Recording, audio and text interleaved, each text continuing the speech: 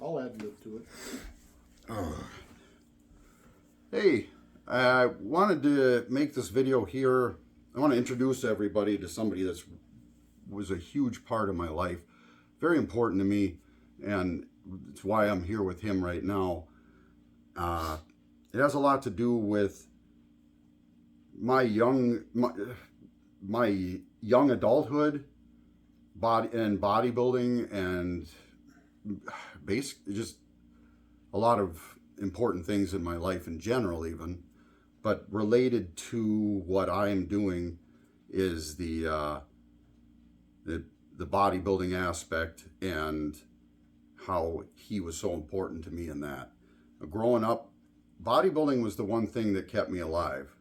And when I'm autistic. I have a very high IQ, but I'm autistic. So I can only really have a passion for a couple things, and other than that, I have nothing.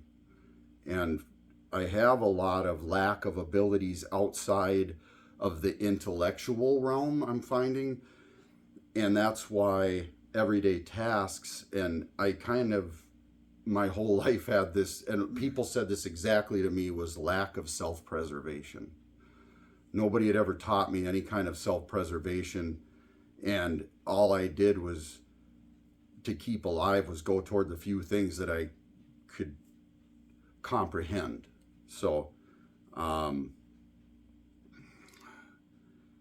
and morally, I just gravitate toward nice people. I was extremely underestimated by society in many, many ways, and Warren was one of the just most pleasant people that I've ever had in my life. And he told me such wonderful things about myself, and I didn't believe him because I grew up thinking that I was a complete idiot, and I was just this dumbass that lifted weights, most people thought of me. And I was bullied a lot. And so growing up, I didn't have a father. We were from a very small town, and it's sad, but like at 7 years old, my mom tried to give me away, but out of embarrassment kept me, and things just weren't the same in my life at that point.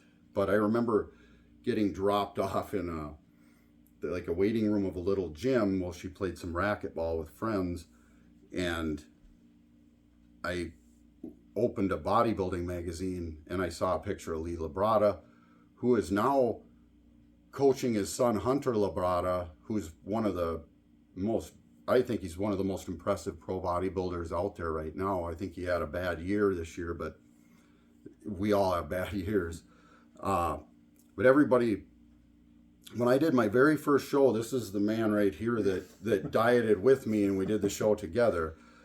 We met in this little hole in the wall, just armpit. Civic Center. Yeah, the Civic Center armpit gym. And I was 21 years old, and I was logging, and it was the middle of winter, and I remember I was jumping in and out of a skidder all day with a good friend of mine, Kurt Wilcox, and Craig Schiltz. We're all working together in the woods, and you're out in like waist deep snow, lemon trees, hooking up cable. It was below zero at times, and then we would drive.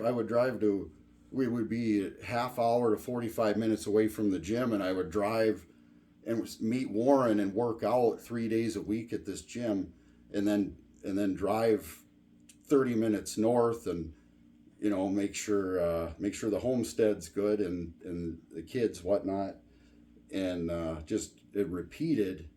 And we lived on chicken breasts and egg whites and tuna and like the little bit horseradish on them for weeks. You can laugh about just it now. Walked around drained. How are you today? In the same shape. Gee, only 37 and a half more days, man. Good old days. Oh.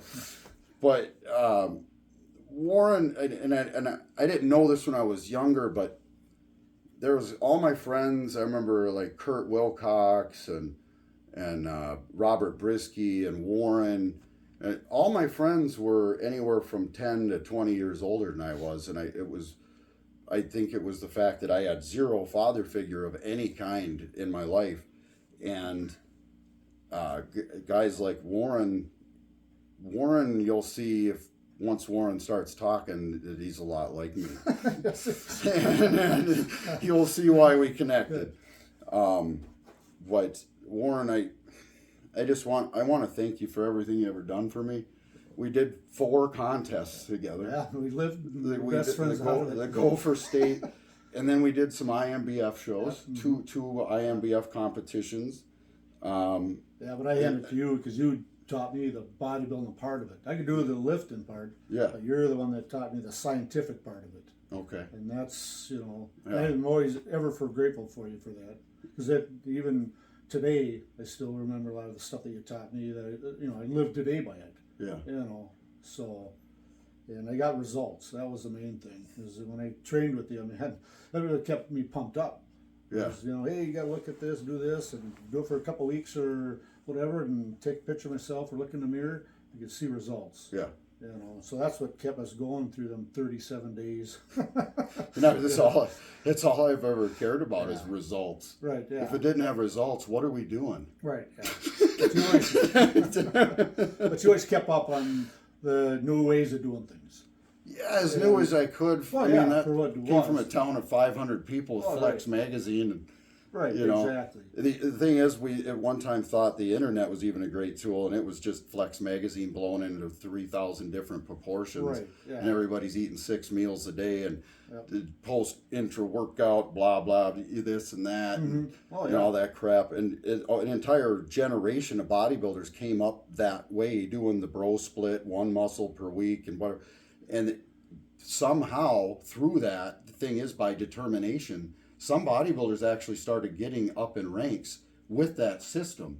The problem was they all started killing themselves accidentally with Right. that system Yeah, that years the down the media road. perpetrated, Yeah. instead of being old school and realizing these guys were actually a little smaller and really healthy in the off season, and then would get really big for the show and then shrink back down and be healthy again. They didn't just blow up to a 300-pound thing with 30 pounds of waste in their guts with a syringe hanging out of each orifice and 20 cheeseburgers in their guts, just beating the crap out of themselves. And eventually we ended up with what started happening. I'm going to guess at the worst was probably 15 years ago in bodybuilding. Yeah. But with classic physique and the new, even look at the new Mr. Olympia in bodybuilding now, things are taking a better turn. But what I'm here, Warren, is I'm going to do it the right way. And Yep. I have utmost respect for you and your moral value. Well, I appreciate that. And that's why I would love to introduce you Yeah. to everybody I know. But then, like you said, then I saw you at Thanksgiving time and haven't seen you for years. Then you come over and you introduced me, to a new way of lifting. Oh, the X3 and the X3, yeah. yep. Well, it's And variable resistance is just, and this is the thing, Warren. I'm laughing because everybody, our culture is so conditioned to, oh, there's another product. Yep. Ta-da! Like we do. I do it. Yeah. I do it. I laugh about it. But the thing is, it's variable resistance, and I was using it variable resistance, and then John is a friend of mine, and he used people in my friend group that were pro bodybuilders to help test the product. Right. And he just put it together in a really convenient. It's got an Olympic quality style bar, a decent, like the plate is very nice. Mm-hmm. And the bands are like the highest quality on the market, Yeah. and he's got some new bands out, and it's all just set up where you can conveniently carry it to the gym. And that's what makes me laugh is the bodybuilders all bring it to the gym with them. We still need the gym for some, like, Oh, yeah. I guess we didn't have to have the gym. We'd have to set some more stuff up at our house. But the whole, you're trying to take our gym away. You know, I hate Yeah. corporate gyms and what they've done Yeah. to people, making them think that, you know, bodybuilders are, you know, the gym rats are arrogant pricks, but bodybuilders are like you and I, Yeah. you know. Well, we help each other. We're not, we're not trying to make up for having little man syndrome or dad used to No. beat us up or we were too skinny or Right. whatever it is. We just love bodybuilding. Yeah. We want to help other people. I mean, that's Yeah. what's nice about it. But with that, you know, the next three, for me, you know yourself, that I trusted your, you know, your expertise. So I went out and got one. And like I said, for me, I don't have the joint problems anymore. I've been Right. using them for 3 months now. Yeah. And my wife used to come home and she'd have the aspirin settle for me because I had to take, Mm-hmm. you know, from lifting, and it got to be to a point where it wasn't fun anymore. Yeah. And so, and yeah, so for me, it's always helped me. Mm-hmm. You know, like I said, that's why I've trusted your, you know, expertise on things, because you always kept me up on, you know, the best way to do things versus hiring somebody and all they, like you said, all they want is money. Right. So for me, it was always, I always trusted your, you know, expertise on this. Mm-hmm. And I thank you for that, Yeah. because you always had my best interest at heart. Always, man. You know, and so. But now you got a Bosu ball. No.